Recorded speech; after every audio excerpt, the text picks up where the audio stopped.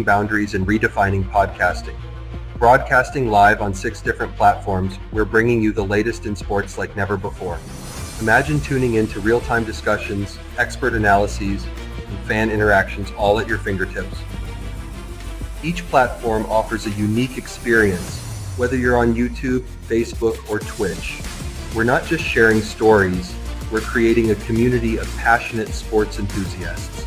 Join us as we dive deep into the evolution of podcasting, where every episode is a chance to engage, debate, and celebrate the world of sports. This is where your voice matters and the game never stops. Welcome to the Huddle Sports Network, where we're breaking boundaries and redefining podcasting. Broadcasting live on 6 different platforms, we're bringing you the latest in sports like never before, where sports passion meets podcasting brilliance. I'm Mike, the Bear fan, and alongside Bill, the Packer fan, and our buddy Ken Catalone, we're bringing you an incredible lineup of 38 diverse podcasters. Each one brings their unique flavor to the table, covering everything from game analysis to behind-the-scenes stories. Imagine diving deep into the minds of experts who live and breathe football, sharing insights that you won't find anywhere else.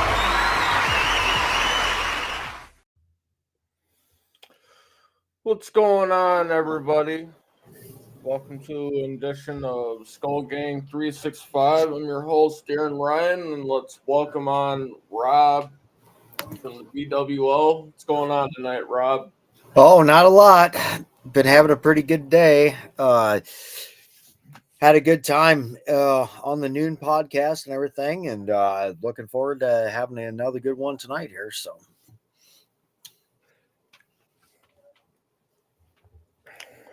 Let's see. We got a Lions fan in the comment talking college football. oh, of course, because why wouldn't they? Yeah, I just got done with the open mic on the show right before this one started, so I jumped off of there. So I'm still working on trying to get everything hooked up here. Yeah, well, Andrew, you know who else is a fake tough guy? So let's go back to that Thanksgiving when everybody was getting a piece of the turducken and David Montgomery out of everybody decided to go after a carrot. So let's not talk about a tough guy. Right.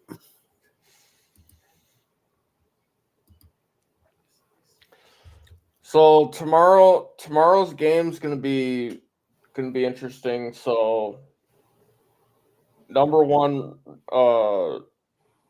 rush defense, Minnesota Vikings go up against a decent run game.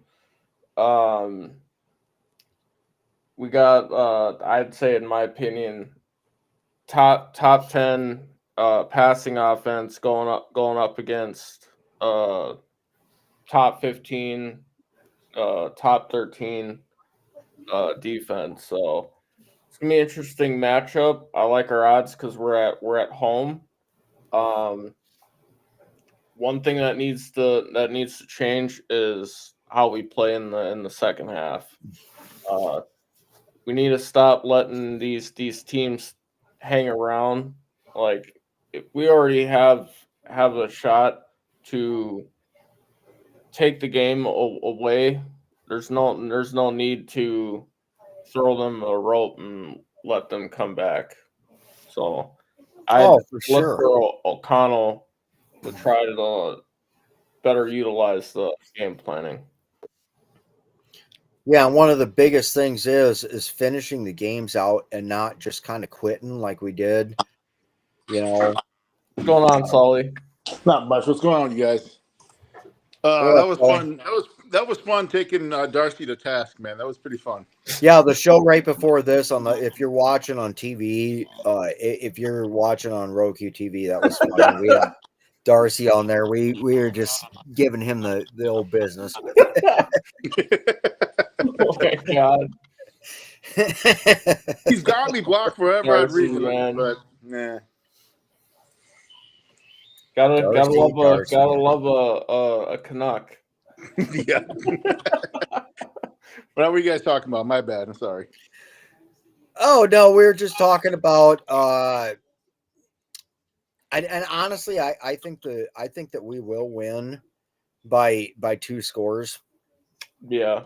To be honest, but they do have a decent running game with Arizona, and Chicago could have been a blowout if we would have not went to sleep and let them score 2 times in like the last 50 seconds. Yeah, of the game. That's the shit that irritates me. Yeah. Or the Jacksonville game and the Tennessee game. True. For example, I was just like, what the fuck are we doing? Like when we had pinned Tennessee down within their own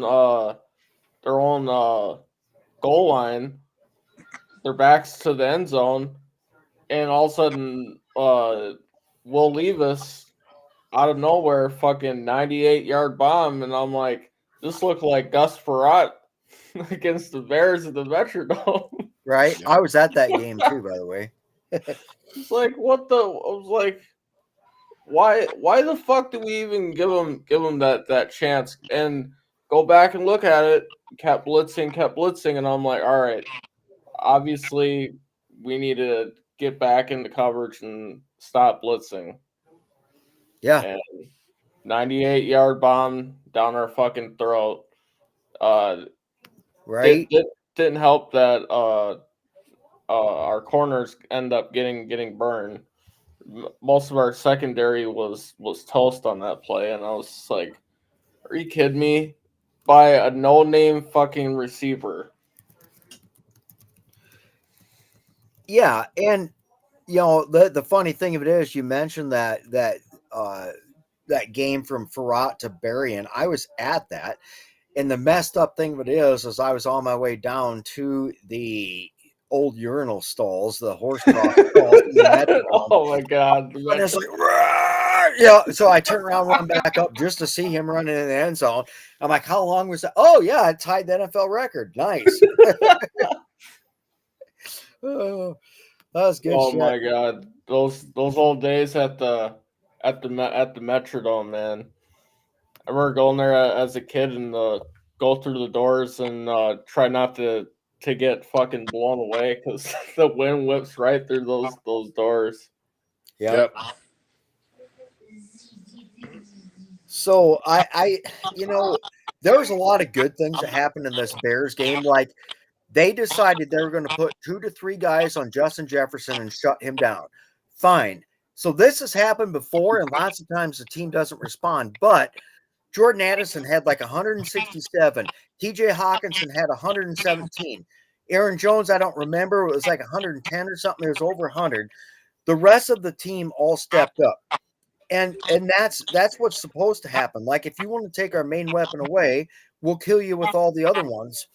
And I'm glad to see that happen. It's just, I don't think our defense can go to sleep in the last minute of the game and just think that they have something won. And all of a sudden, oh, fuck, now we got to go to overtime because we went to sleep on them. They scored 2 times in the past, 50 seconds or whatever. And now we got, I mean, we won, but Right. And am I overly concerned about the Cardinals? No. I mean, you got James Conner. You got Marvin Harrison Jr., the rookie. There's some guys you got to pay attention to, but in our own house, we just can't take Arizona lightly.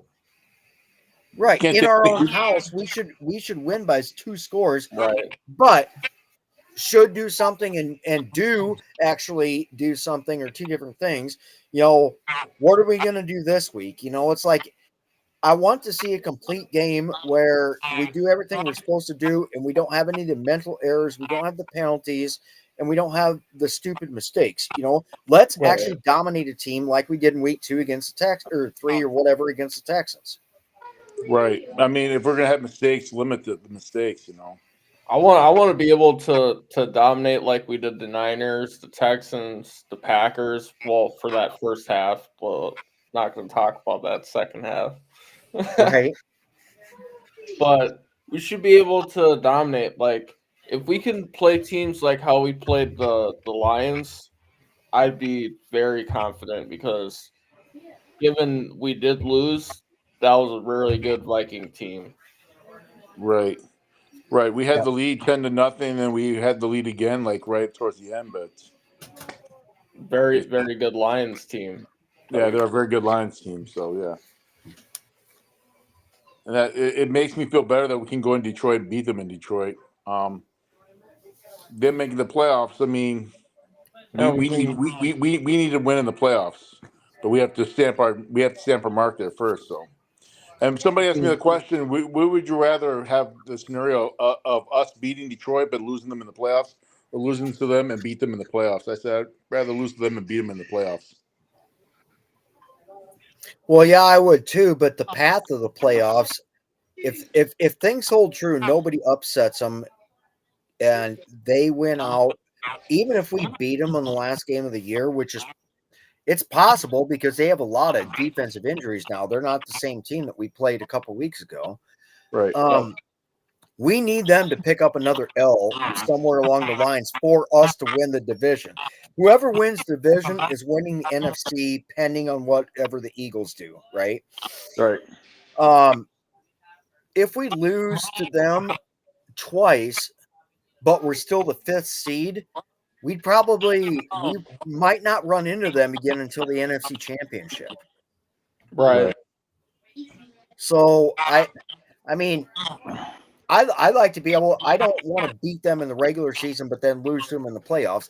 But I do think it's important that we beat them in the regular season. Hopefully, it's for the championship, the NFC North Championship, and it's not just to even up the records because we're the 5th seed. You know, the biggest problem we have right now is the Packers are barking right up our ass. They're game ahead of us because they played early on Thanksgiving, but we need to win against Cardinals to maintain that 1-game gap with the Packers behind us and the Lions ahead of us. So now the pressure's on us. Right. I think every game. I think every game the rest of the season is pretty much a pressure game. We're playing against a first seed Cardinals. We're playing against the first seed Falcons, or not first seed, but in their division. We got the Packers again. We have the Lions again, and then we have a Seahawks team. So I mean, we got Seattle. It's gonna be tough. So we just at this point we need the Bears to play spoiler with the Lions and the Packers. But they can play spoiler against us though too, so that's kind of a good thing. Monday night. Yeah. So, this is interesting here. This comment. Yeah, hey, bye. Gangs orange, purple cross-dressers. Where's their bras and thongs under their purple uniforms? Sick O's. Okay. I'm not sure if this is English or if this is shorthand, but all I'm gonna say is wearing bras and thongs under your uniform is still better than showing your entire ass to the fucking public on a world stage like the Bears did on Thanksgiving. Yeah. So we've got that going for us, if nothing else. So. What kind of comment is that? Hey, I don't know, man. I just see that pop up like, what the fuck is that? Here's another one. I gotta say, it's Ryan Day is a tough guy. Go Blue. Hey, Merklinger, Lioness, Lion Cub. This isn't a college football podcast. This is NFL. So if we're gonna talk about anybody being a fake tough guy, it's David Montgomery eating a carrot while everybody got a drum. Right. Well, wait a minute. How do you guys feel about the Daniel Jones pickup? I mean, it doesn't really mean anything. I just don't. I mean, at this point, Daniel Jones is a certified backup at this point. Right. I mean, unless O'Connell can lead him to water like a horse, like he did with Darnold, I see him being just the backup. Granted, is he a better backup than Nick Mullins? Well, time will tell. If he can throw for 400 on the Lions, I like the chances. Best thing I can tell is Kevin O'Connell is really, I'm not going to call him woke, But I really think he's into the green ideology because I've never seen a guy try to recycle more than Kevin O'Connell, especially with quarterbacks. Now, so far, he's done great because Darnold is winning his games. Yeah, he's leading quarterbacks to water. I mean, Man, or he's an AA guy because he can rehab anybody, right? So yeah, I mean, if he can fix he's Daniel rehabbing Jones quarterbacks, and got Sam Darnold on track, now I mean, you put that guy in the Hall of now Fame he's just right got now. to weave out Mullins. The thing I love about Mullins is he's worth 400 yards and 4 touchdowns a game. The thing I hate about Mullins is he's worth 400 yards, 4 touchdowns a game, and 6 interceptions. Right. So he throws up Jared Goff numbers, but with the L's, not with the W. Right. Yeah, Jared Goff numbers against the Lions. Right. Oh my gosh. I caught the Bears Lions game. I caught a little bit of the Cowboys Giants game. I didn't catch the Packers game against the Dolphins. So that whole Cowboys game, I look at it like this. I mean, Cowboys pretty much fucked themselves as if we're going off draft position. Like these guys were gonna have a top pick in the draft, and then all of a sudden they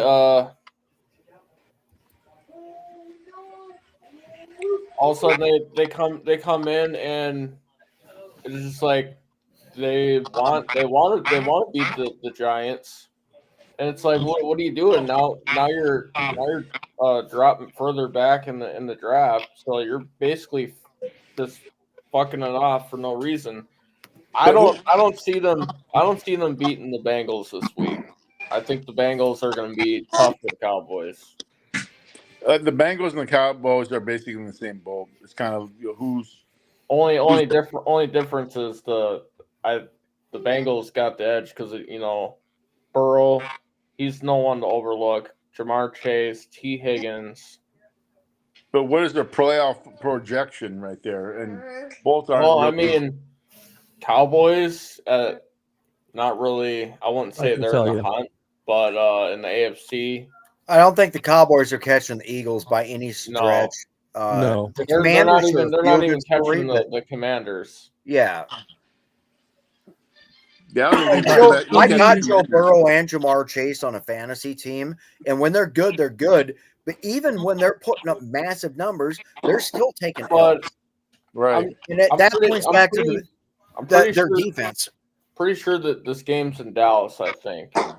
So the Bengals are 3 games back in the wild card hunt, and the Cowgirls are only 2.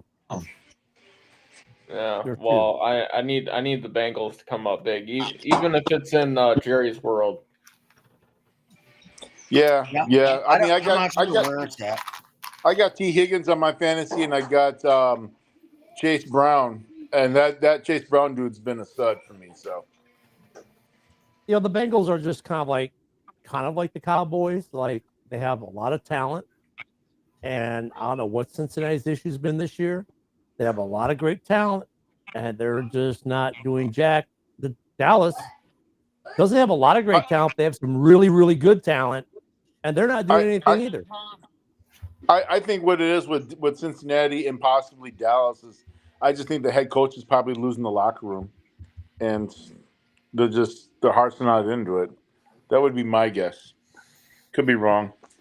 I just think they lost the locker room.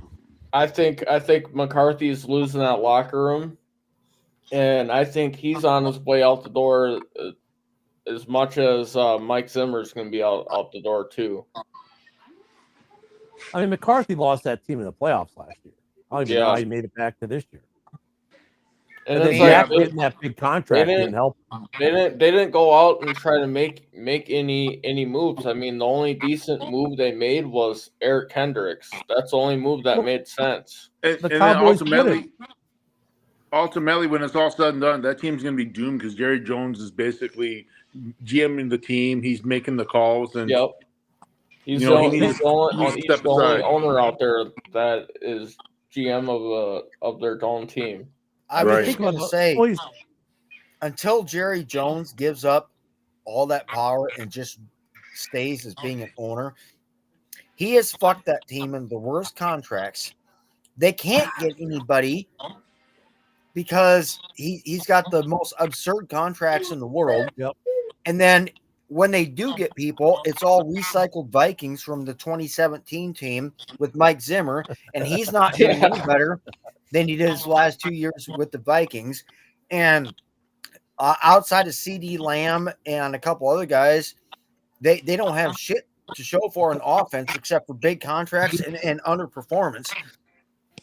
This is 100% because Jerry Jones is trying to be the GM of his team, and he sucks. He's trying to be Al Davis. He's trying to be Al Davis, and he's not Al Davis. And the problem with the Cowboys is they way overpaid Dak Prescott. You know, I mean, CeeDee Lamb, I can understand that contract, right? Some of the other contracts, Yeah, I understand him. You can understand, but Dak, I could understand. If Dak was a free agent, like even the Raiders would pass on him. I could understand, you know, them signing Micah Parsons and CeeDee Lamb, but Dak, he hasn't proven anything. Yeah. I would have let him walk in free agency because he was projected to go to Vegas. Vegas fans don't even want him.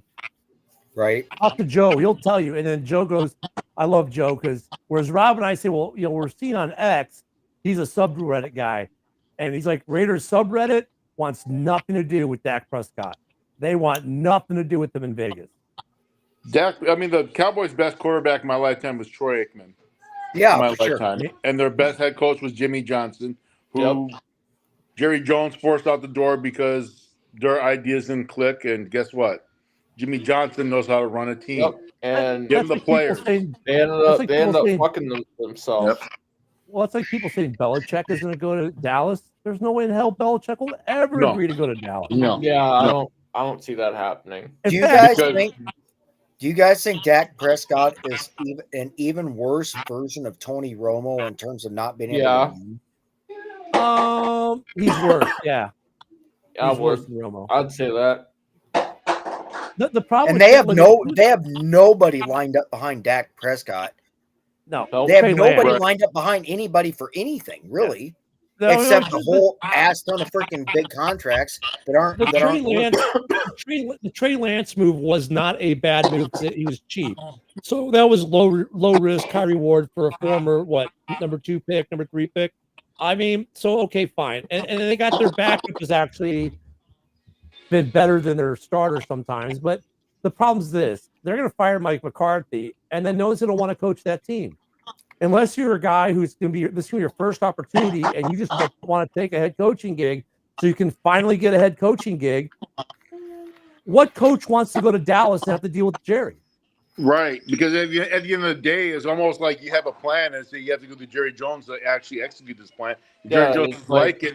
You can't coach. You can't do your, hey, I need this, I need that. No, you need this, you need that. I can't win. You want to hear my crazy theory on that, Ken? I think they're going to go to the college ranks, and they're going to go after somebody. Now, a guy that's from a school that is one of my most hated because they're a rival, but you can't deny what he's done.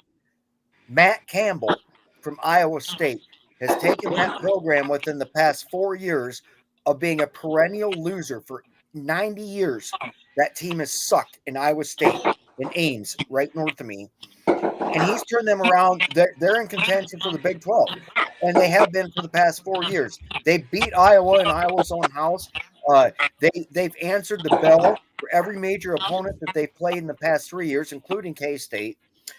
Well, like Matt Campbell on a lower level, but yet still, NCAA Division I.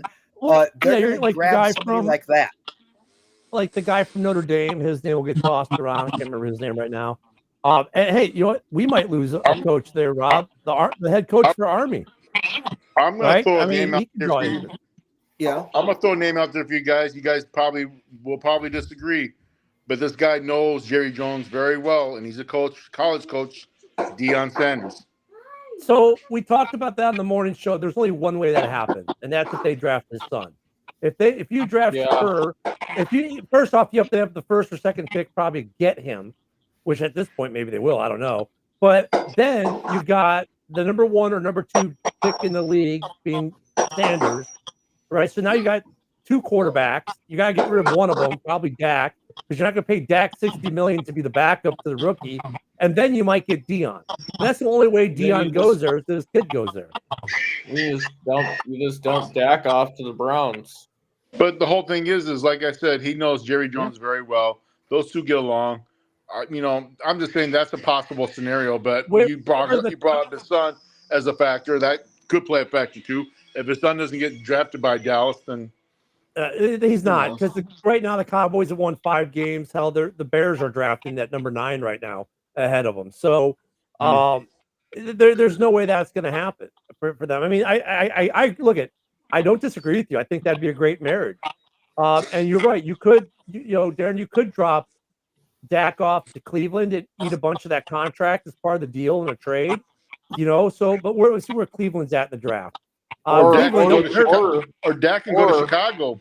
Or I could see Dak ending up in someplace like Seattle if they're done with Geno Smith after this year. Or I could end up seeing Dak in Indianapolis because they're having quarterback problems. Or Here's New the York. problem.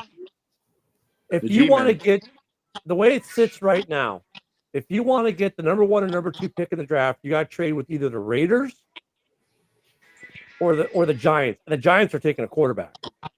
And the Raiders need a quarterback too.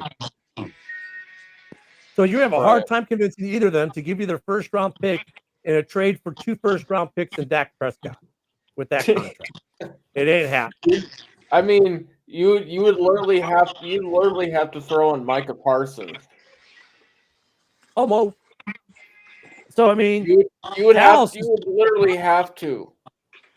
Now look, we've seen where Denver, they showed you can eat an $85 million contract and still win. Right. That's true with Russell. Yes. Who saw that coming? I really like that Bo Nix kid. Yeah. Yeah, and so if Jerry can get the guy he wants, I could see him cutting Dak. But the problem is he's not getting the guy he wants because the top 2 teams right now for the draft are both needing a quarterback, and they're both drafting.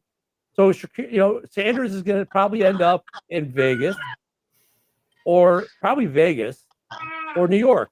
One of the other. That's it. Or I was thinking, you send Dak down to New Orleans. No, because they like Carr. Carr's gonna be a head coach one day, man. That's here's the they're thing. Not gonna win with Carr. If we circle back to talk, and Darren had a valid point about Indianapolis, but the thing of it is, everybody in that coaching tree and the GM is tied to Anthony Richardson. If that fails, they're probably losing their jobs. Well, there's one thing that can save them, Rob. Send Richardson to Dallas. Send fucking Dak to fucking Indy. If Richardson gets hurt again, where he's, they can always blame injury and save their jobs that way. I guess what I'm trying to say. They do have that excuse for the injuries. Yeah, I guess. But Dak doesn't help them. He doesn't really help them. Yeah, not really. Otherwise, what do they really? The only thing that's remotely redeeming Dak right now is the fact that CeeDee Lamb is on that team, and a few other guys that'll flash here and there that are older. That's all the Dallas is recycled shit. Their defense is half of the 2017 Vikings, and then on offense, they got CeeDee Lamb and then a bunch of old dudes. I Brandon Cooks, they need to when they and fire Brandon McCarthy. Cooks, when they fire McCarthy, they almost need to have a fire sale and just dump so many contracts and then go get younger, and acquire draft capital. That's what they need to do. Literally, the only guy that should be safe on that team right now is CeeDee Lamb. Michael Parsons too, yeah. Parsons. Michael Parsons, but yeah. And Parsons is already Trevin Diggs, see you, bye-bye. Well, but they're not Diggs is on a rookie contract, so he's not expensive. Parsons said he'd play for the flag, right? He played for the whatchamacallit, Franchise. the franchise tag. Thank you. So Yeah, I yeah. mean, they've got some guys they don't have to jettison because like Diggs is on a rookie deal. They can keep him, but they've got a lot of older players that other teams will be willing to trade a 5th, 6th, 7th rounder for that they're paying a lot of money for. Brady Ducks. Yeah, so I mean, they can probably move. They probably need to move off from them. They need to move off from Dak, but they can't. So they're going to suffer for another year, 2 years, probably with Dak before that thing becomes eatable. So, but you can build up the rest of your team, and then in 2 years, hope you can get a quarterback in the draft. Or you hope that maybe you're bad enough that next year you can get Arch Manning in the draft. Oh my God. But I mean, that's So look there's at a Dallas, lot of Another ifs and a Manning. lot of shit that's got to happen for that. But, See, right? I mean, but I mean, if you're Dallas, though, like honestly, taking an honest look at Dallas, dude, their options, their window closed, and then they overspent to try to stay in it. definitely. Now, if let's just say you're fucked no matter what because Jerry Jones is your general manager, so you're going to make right. bad decisions. But let's say the Cowboys actually made good decisions. What would you rather have on your team in the next 2-year window, Shedeur Sanders or Arch Manning? And who would you rather build that team around? They're not going to get Shedeur either, Sanders. but Sanders. I got an option C for that. I'm taking Quinn Ewers. Well, I'm taking Okay. Sanders because he solves your head coaching problem too, because you get Dion along with Shedeur. So now you're filling 2 holes at one. And look, Shedeur Sanders has never been coached by anyone but dear old dad. So that's the other thing. Right. Anyone taking Sanders in the draft, that's got to be some of a question mark. The guy has only had one coach his entire life, Dad. Right. That's it. So I mean, Rod, kind of surprised. I take Sanders. Go ahead. I'm sorry. No, go ahead. I was kind of surprised he's a quarterback. You would think that maybe he'd be like a secondary guy, like a corner or safety. So that's kind of a surprise. But I guess you think about it, like Michael Pittman was a running back for the Bucs. Look at his son now; he's a wide receiver. So I guess it kind of goes hand in hand with some of these guys. I mean, look at Sanders is probably the obvious coaching choice for Dallas, but is prime time going to go to Dallas and his kid goes to Vegas? I don't think so. Yeah, I wouldn't see that. No, I could see primetime taking over in Vegas. The son goes there. They love Antonio Pierce, though. I don't know if they're going to fire Antonio Pierce. If they've been bad enough, they might fire him. You necessarily don't have to fire Antonio Pierce. Rob, I got a question for you. He's muted. You turn off your screen as if there's a big Packer logo on your thing. Yeah, he is. That's a restream issue, not a Rob issue. Oh, God. He's not a Packers. Yeah, I know. I know that. Maybe he lost a bet or something. I'm like, geez, what the hell happened here? No, we only make them do backgrounds if they lose that kind of bet. But Antonio Pierce, it's kind of like in Chicago, right? Like I think it was a bad move to promote your interim offensive coordinator to your interim head coach, because if we like Brown, which we do right now, and you want to retain him as an OC next year, you just burned that. Because now if he's not your head coach next year, he's not with this team next year.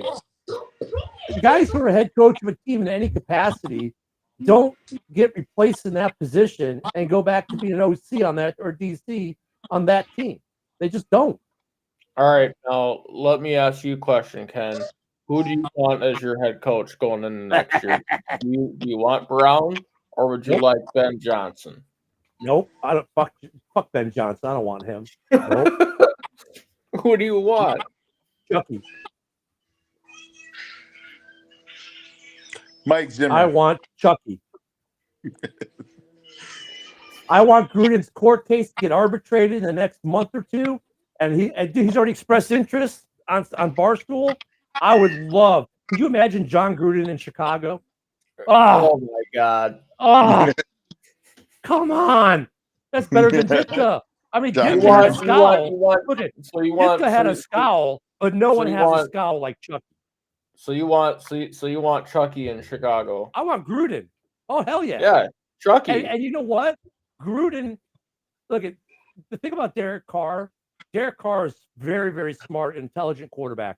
When Gruden left Vegas, the only reason that team functioned was because Carr was the only one who understood Gruden's playbook.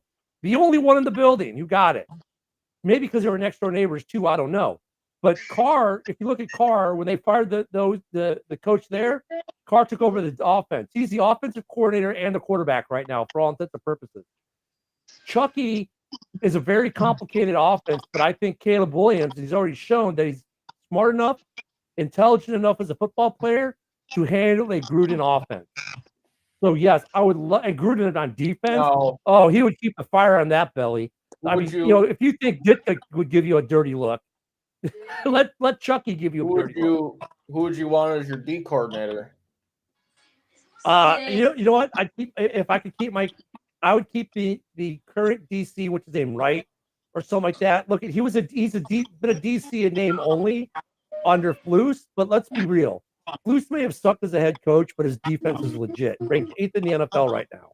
I would keep that DC, run the same defense. Now, the next 5 weeks are kind of like an audition for him as DC, but if he can run the plays better than Eberflus was or maintain it, then I would hire him. However, because Saleh does run a 3-4, I would not be adverse to hiring Robert Saleh as a DC to be Gruden's DC. And if Brown would be willing to stay as the OC, as a DC, no, man. Yep. I mean, and if I could get Brown to accept not being the head coach anymore because he's only the interim, but to actually be the full-time OC, because the working relationship he has with Caleb is really, really good, I would do that. So I think that would be almost a dream scenario. I'm not sold on Saleh because I don't know if he runs it. Does he run a 3-4 or a 4-3? I think he's a 3-4 guy. Yeah, so I think he's a 3-4 guy. No, he's a 4-3. Well, no, wait, no, is he a 3-4 or 4-3? Anyways, if you do not have to change the scheme in Chicago, I think we're running a 4-3 right now. So if I can continue to run a 4-3 with that, that's the thing. You have to pick a coach. So like the DC who's in Detroit now, what's his name? He would make a good head coach in terms of.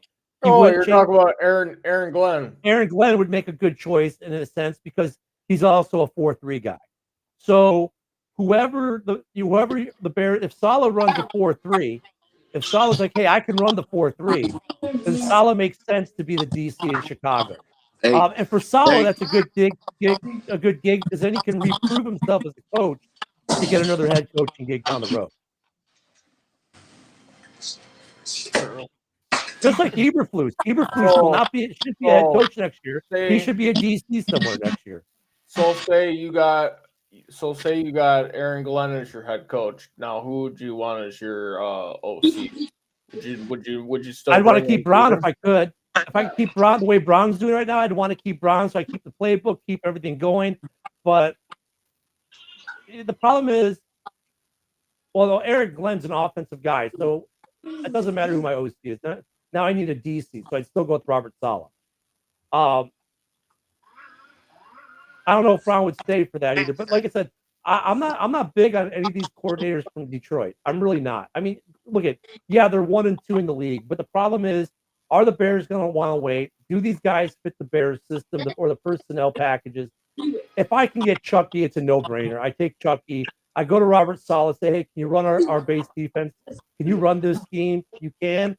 Great. Here's a job to be the DC under Gruden. I go to Coach Brown, say, yeah. Or what if Robert Saleh becomes your head coach? No. There's a lot of Lions fans Aaron Glenn. Saleh, look at Saleh and Eberflus both need to be DCs again. They're both really good defensive coordinators. They need to regroup, go back, be a DC for a couple of seasons or two, get the stink off them, and then go back to being the head coach. Does Saleh really need to go back as a DC, or was that Aaron Rodgers whining because he couldn't get his way? It does. He, just for his reputation, he needs to go reprove himself as a DC. And that'd be a smart move for him. Look, you go be a DC for 2 years, take a defense that's ranked 15 and turn to top 5. You'll get another head coaching job easy. Same for Eberflus.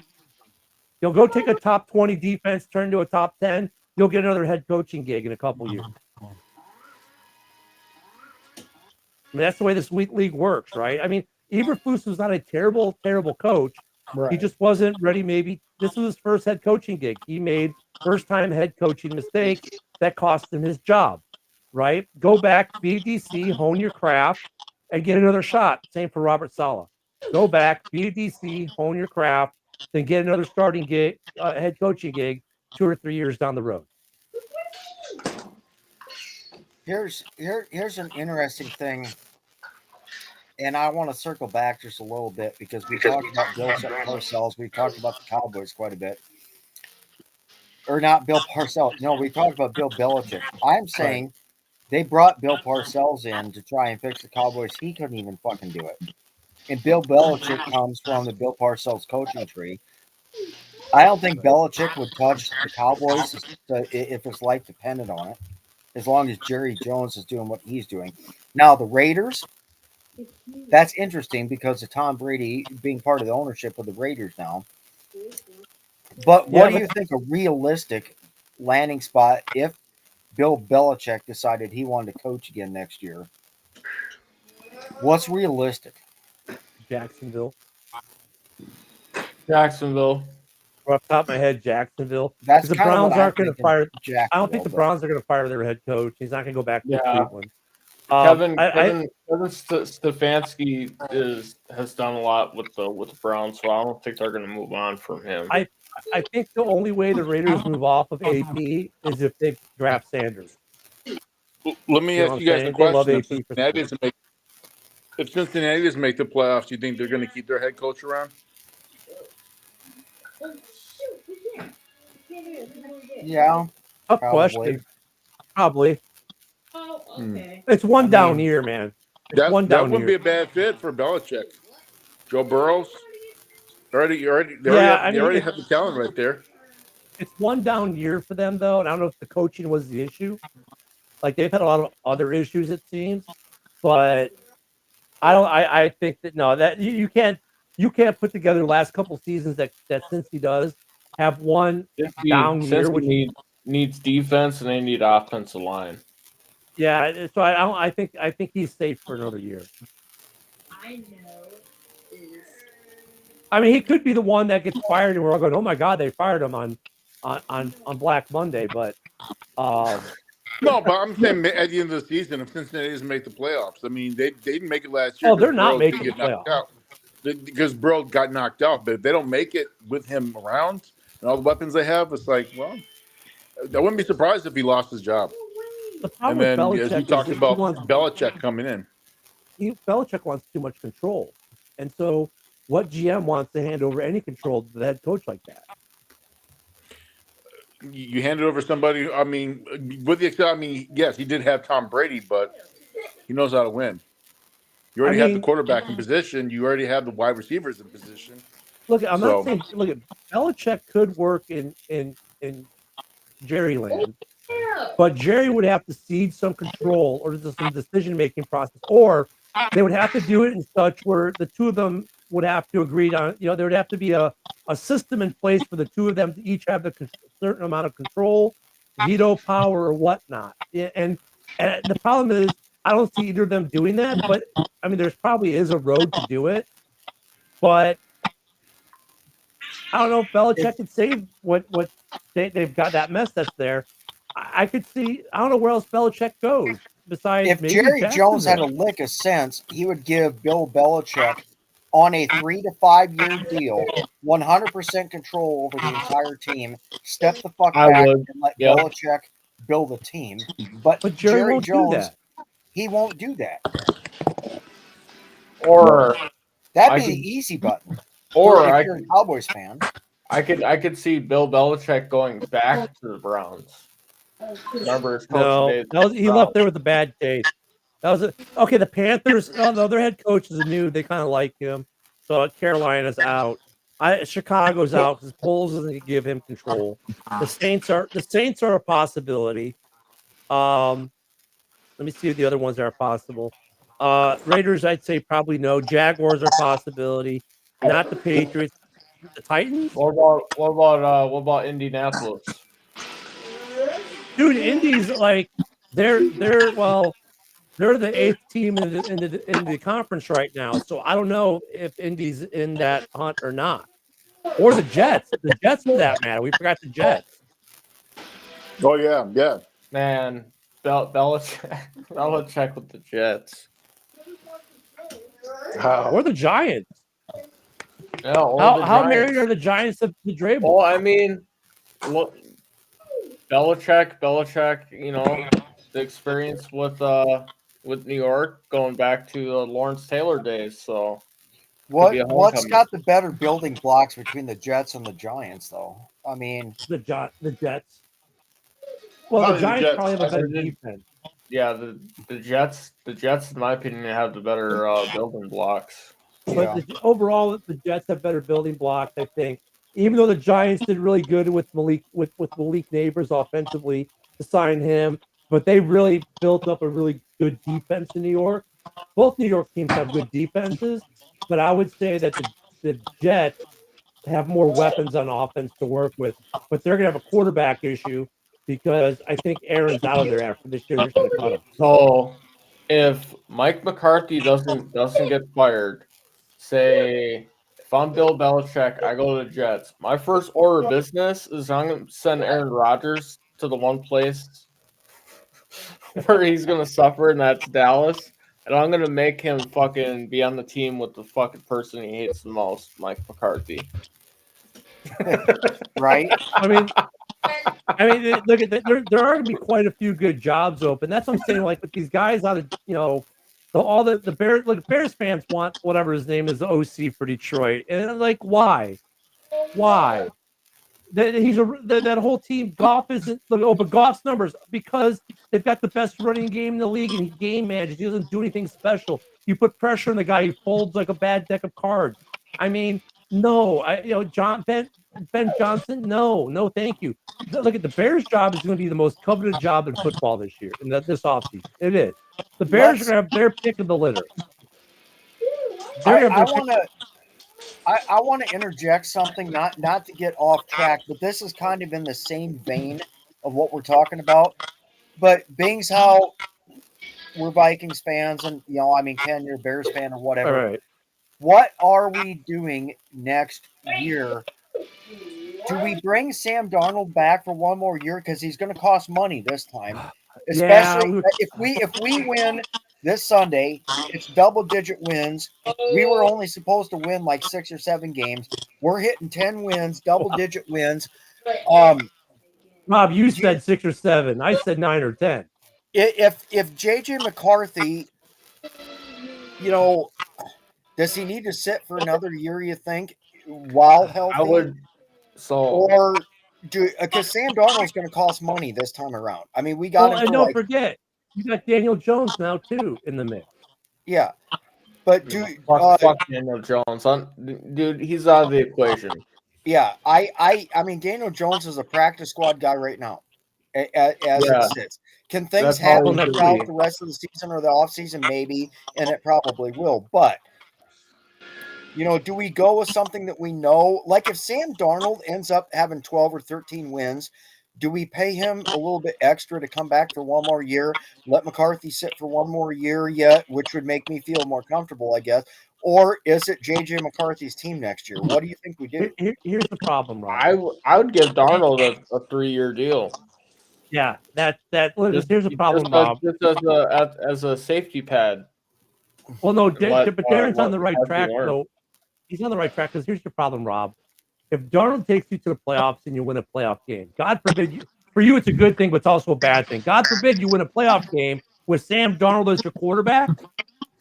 Come on, man. You have no choice but to sign him almost.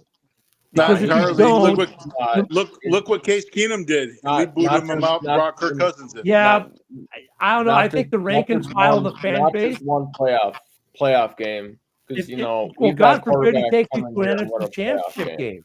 Let's say he gets you to an NFC championship winning the playoff game ain't enough for me. Okay, so let's say, I mean, look, you guys aren't the rank and file. We are not rank and file fans. Okay, if he gets you, God forbid, to an NFC Championship game, you got to pay him to stay. You almost got to, because look at that, because the other PC argument, which Rob brought up, which is very right. Game. You've still got a rookie quarterback. For all intents and purposes, JJ McCarthy is still a rookie quarterback. He has 0 game experience in the NFL, and you can't bank that he's going to be ready next year. So you have, but here's what you do though: you sign the deal where next year is the big pay year, the big cap year for Darnold, and then the last 2 are very team friendly, where you can jettison them if JJ McCarthy's ready. But the problem is, you also have Danny Dimes sitting there, and he's going to be in the mix. And you're going to, so he's not in the fucking mix, dude. Oh, Danny, mark my words. Mark my words. By Monday, wait, right, Darren? By Monday, he'll be elevated to the mix. He will be elevated to the backup come Monday. After your game this week, he will be elevated. Because the only reason he's not elevated now is they want to give him probably 2 weeks to learn to play. You're telling me he's gonna be sitting right above Nick Mullins? I don't think that's happening. Oh, he's above Nick Mullins. Nick Mullins is trash, dude. That's why they went and got Danny Dimes. The fucker hasn't even played a fucking snap in the first last place in the fucking practice squad. They didn't put him the active roster on Monday, the day they got him, because they want to give him at least a week or 2 to learn the playbook. By Monday or Tuesday, he will get elevated to the 52 watch or 53 watch. He'll get elevated, and that's good. It's good insurance if Darnold should get hurt. That's not a bad. Dude. No, if something were to happen that was tragic, I don't want to go ahead and wake up knowing that fucking the hopes and the prayers of the fucking team is with Daniel Jones. That doesn't make me feel good, dude. And yeah, Darren, I agree with you. The reason why is because Nick Mullins has some chemistry with Addison and Justin Jefferson. And he knows the offense. Daniel Jones doesn't. He doesn't have that mix in yet. Or downside about Nick Mullins is he'll throw the triple, quadruple fucking coverage and end up with 6 turnovers. But watch, I'd almost bet that he'll be elevated by this upcoming week, probably Monday or Tuesday. That's why they signed him. But I mean, for next year though, that's a possibility. To Rob's question, though, I think you have to re-sign him, even if he wins you only 1 playoff game. You kind of have to re-sign him just because it's either re-sign him, re-sign Danny Dimes. I don't think Daniel Jones is going to be with this team next year. I think he'll be a free agent. But that's the point, though, Darren. Like, you have to almost re-sign the Ghost Hunter, because is JJ going to be ready? You're not going to bet the farm. I'm not with. So he's going to get paid on that. I'm saying Darnold is going to get paid in Minnesota. I would re-sign Darnold, and I'd let fucking Daniel Jones walk.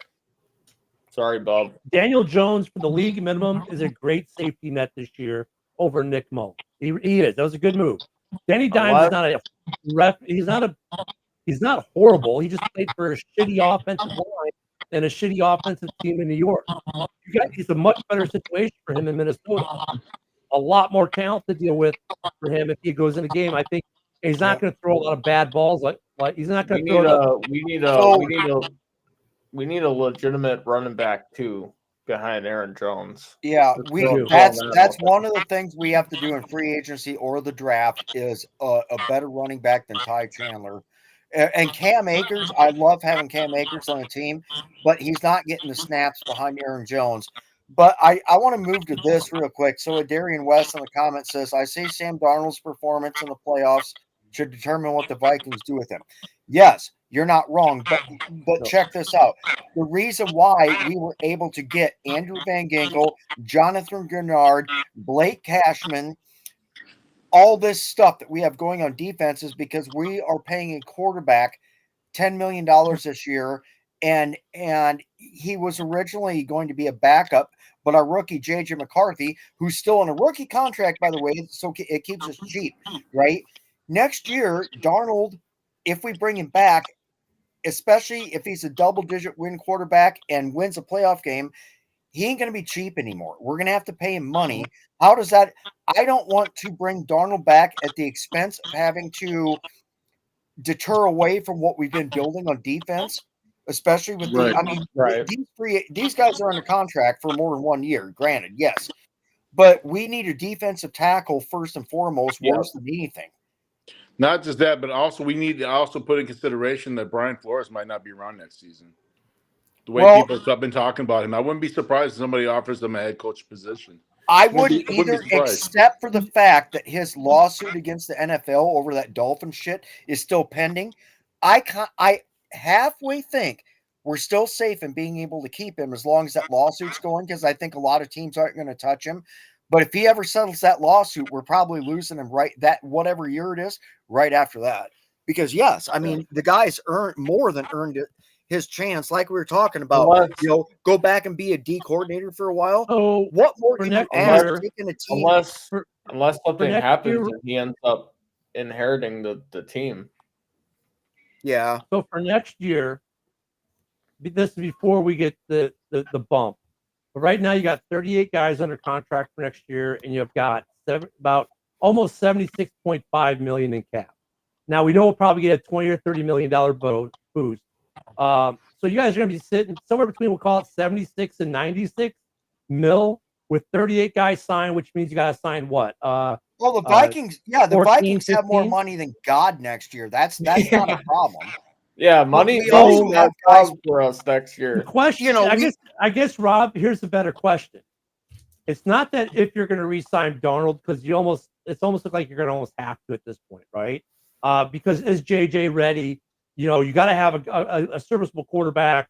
At least, with him, he's going to have won you at least 9 games, maybe 10, 12, 13 games this year.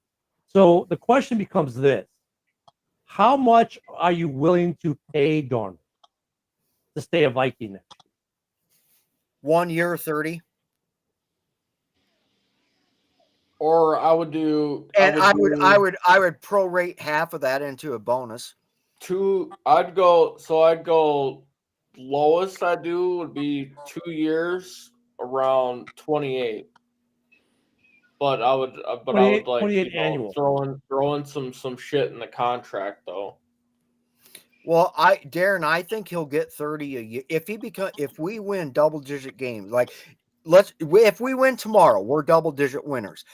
Yep. Teams around the league will pay him 30 a year because the good starters are getting 50 a year. I could see us doing 30, but moving 15 of it into a prorated signing bonus that pays out over the next, 3 to 5 years or whatever, however they want to do it, and whatever. I would like to see a 2-year contract, but I bet you if it's 2 years and you're at the 28 average over 2 years, I can see that. But I also think they're going to prorate some of it into a signing bonus and everything as well, because then you can split the rest of that remainder out over a 5-year period if you need to, which makes sense. Well, I'm going to try to find Darnold's current contract and see what his It's 10. It's 10 and some odd change is what he's getting this year. Yeah. Figure the fact that he's been a starting quarterback all year. He's about to be double-digit wins, and if he wins a playoff game, he's getting at least 30 from somebody. Oh, yeah. Yeah. Yep. For sure. But I guess the question is what's more important for him, money or but the big question for a Super Bowl? But the big question is he going to want to go elsewhere? What if he wants to stay here? If I was Sam Darnold, I wouldn't want to go anywhere else in the entire world other than right where he's at with the Minnesota Vikings, because he's never had anything like this in his entire life, and he might not ever again. Right. Right. I mean, which teams could he fit in where actually he's got weapons and there's like a decent offensive line? You're not going to get better weapons on any team in the NFL than the Vikings right now. And yes, Ken, you're probably going to rebuttal this, and I'm not really talking shit, but you're not going to get a better weapons than what the Vikings have right now in the year of 2024 for any quarterback. I don't give a fuck. No. Yeah, I know you're wrong, and you know you're wrong, but that's okay. Let me see. So Darnold actually, he has a void year for next year. Yeah. There is a void year in his contract for next year. So They don't have to void him out. No, they can invalidate the void year, add whatever money that the league average is, I guess, for his position and his stats or whatever, and keep him on. They've got him if they want him, but what do you do? Oh, here we go. Let's see what his market. Okay, here, that was looking for his market value. Guess what his market value is right now, according to Spotrac. I don't know. I haven't looked at ProTrack in a long time. 32.4. They figure he'll get a 4-year, $129 million contract. Sure. Just over 32 million a year. QB So, league, right around 30, they're figuring the high end at 32. Okay, that's about exactly what we've been talking. So yeah, that makes sense. So, but it's kind of like it's different, but it's the same, right? Because for me, it's Keenan Allen. The money's not as high, right? But like for Keenan Allen, I'm like his Spotrac, they say he's worth 16. I'm like, you know what? See if you can get it for 14, your average over 2 years, but make it a cap-friendly deal. I think you could do the same thing with Sam Darnold. Give him 2 years for 60 or 65 mil, but make it cap-friendly. Whether it be bonuses or what other stuff you do, but make it cap-friendly. And you could do that. The Bears could do that with Keenan Allen. You guys could do that with Sam Darnold because it's the free agent quarterback class. Now, look, there's another option, right? That might be cheaper than Darnold, and you're going to laugh. But Justin Fields and Russ, both of them aren't staying in Pittsburgh next year. Probably, they're both free agents. One of them might become free.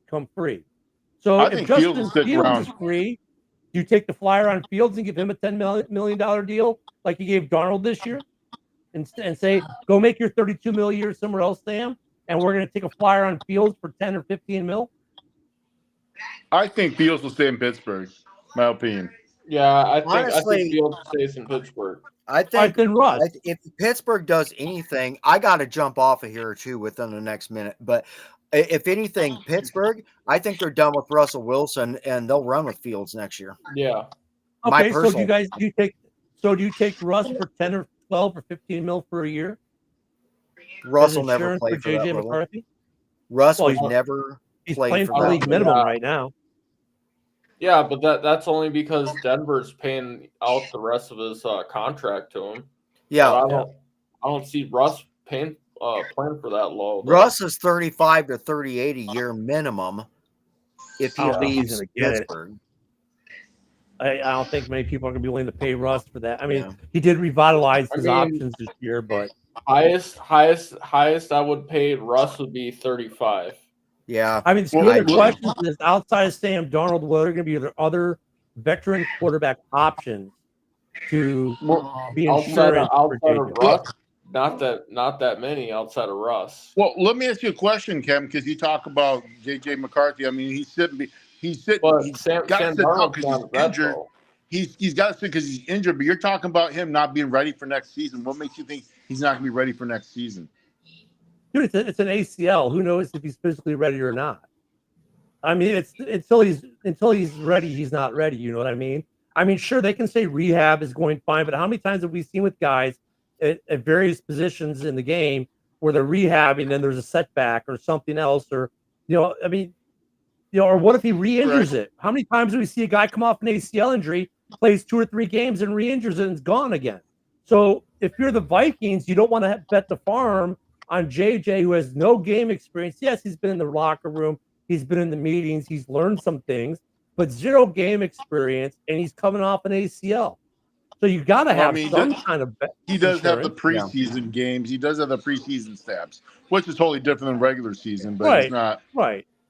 Okay, guys, I got to head out tonight and everything, but Darren, John, thanks for having me on your show. I appreciate it. It's been fun.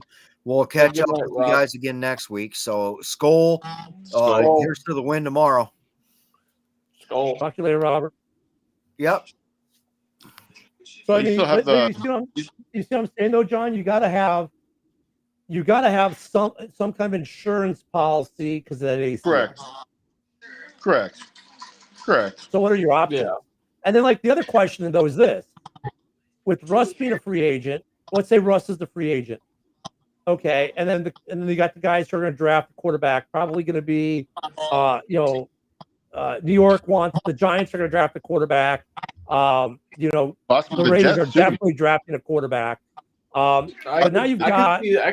I could see the Jets drafting a quarterback. Yeah. Well, the Jets are going to need Rodgers. the Jets are going to need a quarterback. So what's to stop the Jets from re-signing Darnold? Fuck that, dude. But here's the other question. You ready for this one? Let's say Darnold wants a 4-year, $32 million a year contract, and you guys are like, no, dude, ain't happening. We got JJ. Okay. And you let him walk. And look at it, it's the business side of it, right? The business side sometimes wins. He ends up going to Indianapolis. Right. Let's say Indianapolis wants to give him 4 years of $40 million. You guys are like, dude, we can't fuck with that. Okay, now you still need insurance. Now you got Danny Dimes who's still sitting there. I know you guys don't like that. But oh wait, Aaron Rodgers just got released by the New York Jets.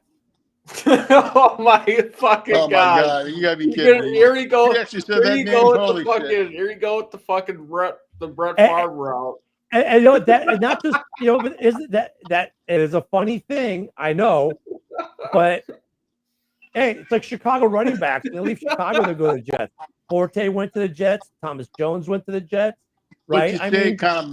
It does sound kind of funny. Yeah. But it sounds tempting at the same time because he's throwing the Jefferson, he's throwing the Addison. He knows how to read defenses. This guy knows how to win. But at the same time, he carries baggages. He's a diva. When he does have that. He's a problem. Dude, he's a head case. Yeah. It's an option. But what other options are you going to have in the free agent market next year if Darnold walks? The only suitable option that's a veteran that I'd be willing to take in would be Russell Wilson. He's not a diva. Yeah, but is he going to do a 2-year, $30 million a year deal? He's a proven winner, and he did well with. It depends. Super Bowl right off the sunset. Here's a good opportunity right here. They got the weapons right here. But also look at it this way: how long does Russ want to even continue to play in the league? That's the same thing I have with Keenan Allen. And look at, we live in interesting times in our division, right? Usually in our division, no one wants to come to the teams in our division. We are never the it division that people want to come to. This division right now, all 4 teams, they're going to draw players and coaches and the people that are going to make us all better. Minnesota, because the way you guys are playing this year. Detroit, because, well, let's face it, they've been playing on another planet. Green Bay, because Green Bay is being good. Chicago, because all that talent that's on that team, depending on who they get as a coach. We get a lot of Green Bay free agents because they want to get back at Green Bay. So, I mean. Well, that was Aaron Johnson. But I mean, the point I'm making is that guys will want to come play for our teams in the North now, whereas before they didn't. Coaches want to come and coach in the North now, whereas before there was like, oh, I guess at least it's a job. You know what I'm saying? Like Chicago is going to have, dude. Tell me Chicago is not going to be able to pick any coach they want and have them get a contract. Like, what coach is going to turn that situation in Chicago with Caleb down?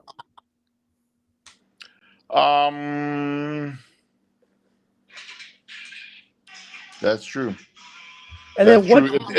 If they get hands on and they can like, hey, here's the players I need. Let's go get these players. Yes. I mean, with the roster they've already got, though, you're going to get anyone you want. They're going to say we want, and you know what they're going to say? We want more O-line and D-line, and Poles and say, yeah, I was already cooking on that.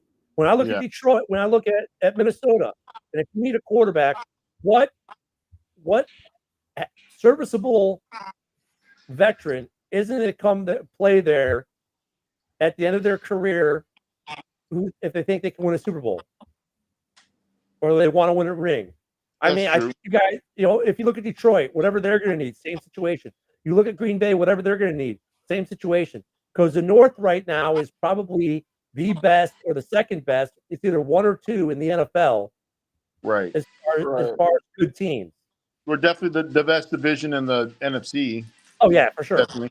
Yeah. I mean, so now we're going to get, like last year, Saquon went to the Eagles because the Eagles are really good and was close to home. But now we're going to get that with our team because of where they all sit right now. Right. And look at the Bears. Don't let the record fool you with Chicago. Like, these guys aren't looking at the Bears like they're a 4-win team. They're looking at the Bears like they're like an 8 or 9-win team and could go places next year as long as the right coach is hired, right? That's why I think the Bears are going to want to qualify the coach before the Super Bowl is even done. That's true, but they can't announce who the head coach is till after the season, correct? No, they can announce today. Oh, here's the problem. Yeah, they The could. two That's guys- true. They could. The problem is Detroit. So everyone wants, we want the guys from Detroit. Well, the only way you can get the guys from Detroit is if Detroit, and we see this every year, teams ask permission to talk to OCs and DCs for head coaching jobs. 90% of the time, that access is granted. But if you're Detroit, are you going to let your OC or DC take a head coaching job interview with Chicago? No. No, I wouldn't let any coach in the North go interview with another team in the North. Now, once the Detroit Lions season is over, be it what they lose in the playoffs, they lose the playoff game Sunday. On Monday, they can't stop those guys from talking to anyone. But if they make a Super Bowl run, those two guys, the Bears aren't talking to them because they want to have their coach before the Super Bowl. Correct. So that's the problem with those guys. And usually it's usually conventional wisdom, like a playoff team that's had a lot of success. They usually don't talk about them, taking a coaching position until after they're out of the playoffs or they've won a Super Bowl. Well, who was the offensive coordinator for the Vikings in 2017? What was his name? Come on, Darren, help me out here. I'm trying to think of what he went to the Giants. Yeah. They didn't answer that after we lost the Eagles. Pat Shurmur. Yeah, Pat Shurmur, yep. So, but like these guys, when they're in the playoffs, a lot of times their teams will let them interview, and then they got also throw in Kevin O'Connell. He waited till after the Super Bowl. Right. Yeah. Right. But they won't. They can't announce them, but they can interview before the Super Bowl. Right. And a lot of them do. And there are rules. Like I think it has to be. It can only be a Zoom call. It can't be longer than 2 hours. Blah blah blah. There's all those rules, right? But guys interview, and like the Super Bowl happens on Super Bowl time. But the problem is the Lions aren't going to let the Bears talk to them, and I don't think the Bears want to wait that long. No, I don't think the Bears want to wait that long either. I mean, I know it's a pipe dream to get Gruden, but goddamn, I'm allowed to dream, can't I? Or you guys end up getting Bill Belichick. I don't know if Belichick works in Chicago, to be honest with you. I don't know if Belichick works. You don't think he would work with Ryan Poles? No, because Poles might get Matt Patricia. Wouldn't that be fun? No. Poles, Mike Zimmer. I don't think. Look, unless Belichick is willing to not have any control with personnel. All he'd have to do is run the team operations and run the defense. I mean, if Belichick would be relinquish all acquisition or player personnel issues to Poles, then yeah, Poles might hire him. But dude, you can't. And the thing is, if you're Belichick, how can you look at Poles and say, well, you're not cutting as far as personnel? Have you looked at that roster? Yeah, he's cut. Which is why I'm saying he might look at it as, okay, I don't have to run the day-to-day operations of the whole team, because look at what this guy's doing with this team. Yeah, I don't know. And then the other thing people don't think about with these coaching hires is culture and how they fit into what's already in the building, be it the GM, the players, and all that. And does Belichick fit in with what's going on at Hallis Hall right now in that team? Does do any of these, what head coaches fit in, what head coaches don't? There's a lot more than just their previous records. There's a lot about personality, right? And fans don't. Most of these fans, like, go to Bears Twitter. They don't understand that. You should see some of the shit I see.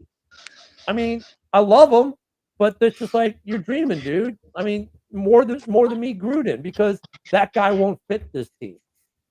I look at, there's some other guys who I think are interesting. Ron Rivera. Ron Rivera is an interesting candidate. His name will probably come up because he's a former Bear and he was a DC for the Bears, and it always comes up. Singletary's name will come up, and that's a hard no for even me. He's a great player, just can't coach. But Durson will come up again. Right. Or I'm sorry, not Durson, Leslie. Wow, Darren, you're still running the show. I was just like, damn, you're still alive. Oh, yeah. God damn. Yeah, there's no one after us, man. We can take all the time we want. Okay, yeah. Hey, for all the guys, I always thought there was somebody after us. I don't think there is. Yeah. And for all you guys watching on X, you do know you can make comments from X. So please do. A lot of you are on X. Please make comments from X. You can comment during the live stream, and we'll see your comments pop up on the screen. You should have an open mic and just have people come on and start trash talking. Because I was going to say, if there's no one after us, I could talk to Mike and Bill and make me go longer. Well, no, it's not Mike we could trash talk those two clowns. Yeah, well, remember we had open mic was what 2 hours and 15 minutes ago. We had open mic night, but no, I mean, dude, I think that there's some interesting bylines for the off season already. Now, look at the real thing that shocked me was that the Bears did what the Bears did this week, because that just broke 105 years of tradition. True. Like, I've been arguing for weeks. Look, don't even talk me off loose. It's not going to happen. They're not going to fire him. We don't fire people at the end of the season. Black Friday comes around and the Bears fire him on Black Friday. I'm like, are you kidding me? Yeah, in the 100 years that you guys have been the franchise, never fired a coach in the middle of the season like that. Yep, he's the first one in 105 years. Yep. So, well, okay. And you also have reason to fucking to can his ass. I think for him it was more about the way he talked, the things he said. Than also you look at it when you guys were in those one possession games where you guys had opportunities to win, and the game was in his hands for him to manage. He didn't. Oh no, I agree. I think he probably would have gotten shit canned at the end of the season. But I think the reason why Poles did it now was because the way he handled it after the game. Yeah. When he went out there and made that press conference and he was all cocky about, I'm going to go into San Francisco, and just like, you're not going to take any accountability for that loss. Well, no, but that's just it. Though. I'll give him a lot of credit because look, even though he made himself look like the biggest fucking idiot in the history of football, he was taking the pressure or the heat round off of Caleb for not, spiking the ball or calling a timeout himself and changing the play. I mean, he deflected all that away and took it all on himself, but he did it in such a stupid way. Poles almost had to fire him because of the way he answered it. He was trying to do the right thing, but he just fucked it up royally. So from what I heard is when Poles went into that locker room after that game, his face was fucking beat red because he was fucking pissed. Yeah, I was too. Like Caleb, spike it, call a timeout, be the quarterback. But also, Eberflus could have called the timeout. He could have. He could have, but the point. But this is where I look at it a little differently, right? I look at this as a great learning experience for Caleb. And look, we knew we were already out of the playoffs before this game even started. Let Caleb learn the 2-minute drill is the quarterback 2 minutes, right? The coach doesn't run the 2-minute drill, the quarterback does. We know that. Every quarterback in the league runs their 2-minute drill. Caleb should have spiked it or called the timeout himself. He didn't. So, but then in the press conference, does Eberflus say, well, Caleb needs to learn? No, he takes the heat round. He takes the blame. He puts it all on himself in a way. But the way he said it was just so jacked up that it created even more of a problem than what it was. So I applaud him for trying to take the heat off of Caleb and not to have heat rounds thrown at his rookie quarterback who just made a massive rookie mistake, right? But Caleb just learned a very costly lesson that he'll probably never repeat again. And Eberflus tried to deflect it. But the way he deflected it was just bad, and that's what got him fired more than anything. Right. Well, we do the exact same thing. What do you know? You wouldn't. If you knew now what you knew then, no, you would have done something different, dude. The way he answered it when he said that got him fired more than anything. Otherwise, they would have waited till the end of the season and reevaluate. Right. I mean, at the end of the day, the coach, hey, get up there, spike the ball, or call a timeout. Preserve the time, and None. And I think the other piece of that, though, Eberflus knew that we don't fire coaches mid-season. I think he let that get into his head. Thinking, well, I'm safe. And he got it wrong, yeah. Yep. So, I mean, the I think Vikings, the last time the Vikings fired a head coach in mid-season, I think, was Brad Childress, I believe. He was the last guy. Is that correct? I think it's 2010 after we got slacked by the Packers. And that was after we signed Randy Moss, and then eventually we had to let him go because of some. So the second year with fucking Favre. Wasn't it the second year with Favre, or is it the year after that? 2010. Yeah, it was 2010. It was 2011. Yeah. It was Leslie Frazier was the head coach. Yep, we end up firing him, and fucking Leslie became head coach, and Favre went into the sunset and was like, "Yep, not coming back." Yeah. Bye bye. Yep. He got beat up by the Saints, and that was It's just like the thing I don't understand with Brad Childress is like, okay, we had Favre for a year. Let the guy go off in the sunset. The guy did everything he could to take the Vikings to the Super Bowl, and we got to the NFC Championship game. Right. That's fine with me. Now let's just go out and find the fucking quarterback in the draft. Nope. Here's the question: how safe is your head coach? O'Connell? Yeah, he's safe for now. I'd say he's pretty safe, dude. Right.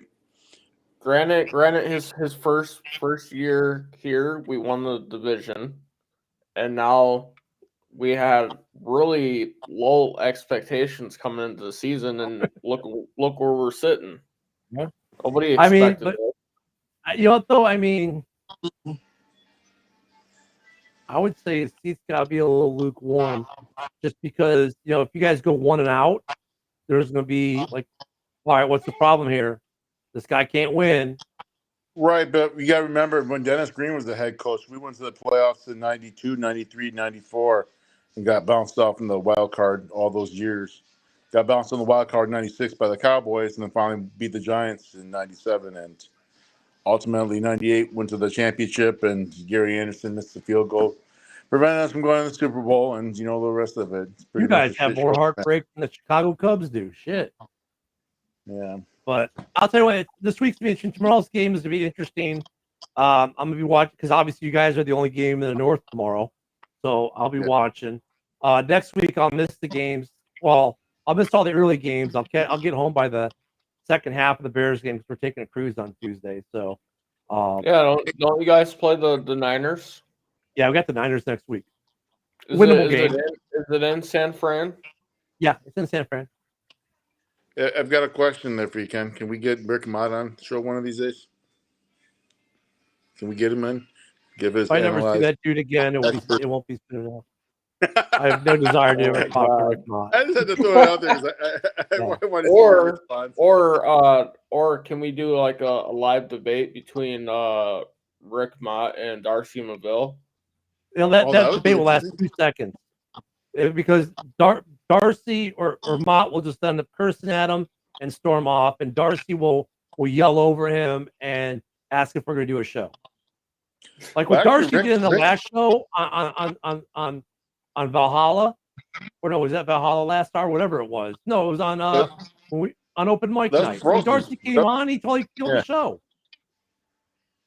Darcy, are we having a show? Are we having a good show? It's like, shut the fuck up, Darcy. We were doing just fine till you showed up. He went after you. He was like, Ken, you remind me of my wife a little bit. Yeah, I'm like, and then Darcy starts attacking me. I'm like, dude, I'm not the guy you want to attack. I'll just boot you. I these other guys like you, Darcy. I don't care one way or the other about you because Darcy's pulled a lot of shady shit on a lot of people. We like having him as a punching bag, man. So don't get it twisted, man. Oh, I know, but when he came in, he starts coming at me. I'm like, motherfucker, you went from the 1980s Miami Vice look to like strung out crackhead look. Oh Jesus my God, Christ, Darcy. Darcy's an idiot. All right, well, we're gonna wrap up Skol Gang 365. I'd like to thank Ken the Bear fan for hopping on and joining us for the show. Pleasure having you on, Ken, as always. Yeah. I always enjoy it. John, thanks for coming on. Yeah. So we will find you next week, Saturday night at 8 p.m. Central Standard Time. This is Skol Gang 365. We are out, signing off. Skol. Deuces. Oh.